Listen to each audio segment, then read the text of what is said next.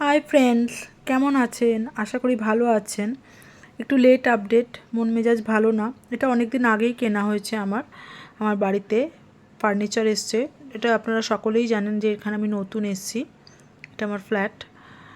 তো আগে আমি বাড়িতে থাকতাম, তো এটা আমার ফ্ল্যাট। তো এখানে নতুন করে অনেক ফার্নিচার আস্তে আস্তে আসছে। তো এটা এসছে, তারপরে কোনো মতে এটাকে রাখা হয়েছে। ভেবেছিলাম এক জায়গায় রাখবো, তারপরে আবার ওর থেকে ওকে সরানো হয়েছে। মানে অবস্থা মানে ভীষণ বাজে অবস্থা ছিল।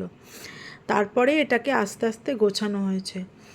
তো আমার তো সপ্তাহে একদিন ছুটি থাকে, তো খুব কষ্টে আমি করেছি। তার মধ্যে গরমের মধ্যে, খুবই গরম ছিল, মে মাস ছিল। তো ওইদিকে তো তখন মে মাসে একটুকু বৃষ্টি হয়নি। খুব যত্ন করে যাও পেরেছি, যতটুকুনো পেরেছি গুছিয়েছি। আপনারা দেখতেই পারছেন সমস্ত কিছু এর মধ্যেই রাখা হয়েছে। আর তার মধ্যে আমার বইও স্থান পেয়েছে। আমার খুব ভালো লাগছে। আস্তে আস্তে একটা একটা করে ফার্নিচার আসলে কি ভালো লাগে না? নিজের হাতে কোনো কিছু করার তার একটা কদরই আলাদা।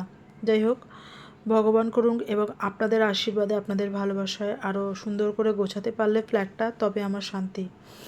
যাই হোক, ভালো থাকবেন, সাবধানে থাকবেন, কেননা এখন অবস্থা সত্যি খুবই খারাপ লাগছে ভেবে। যাই হোক, কিছু এইটা নিয়ে আর বলার দরকার নেই। মন তো খারাপ, যতটা পারছি উপস্থিত থাকার চেষ্টা করছি বিক্ষোভ সমাবেশে। যাই হোক, আসছি।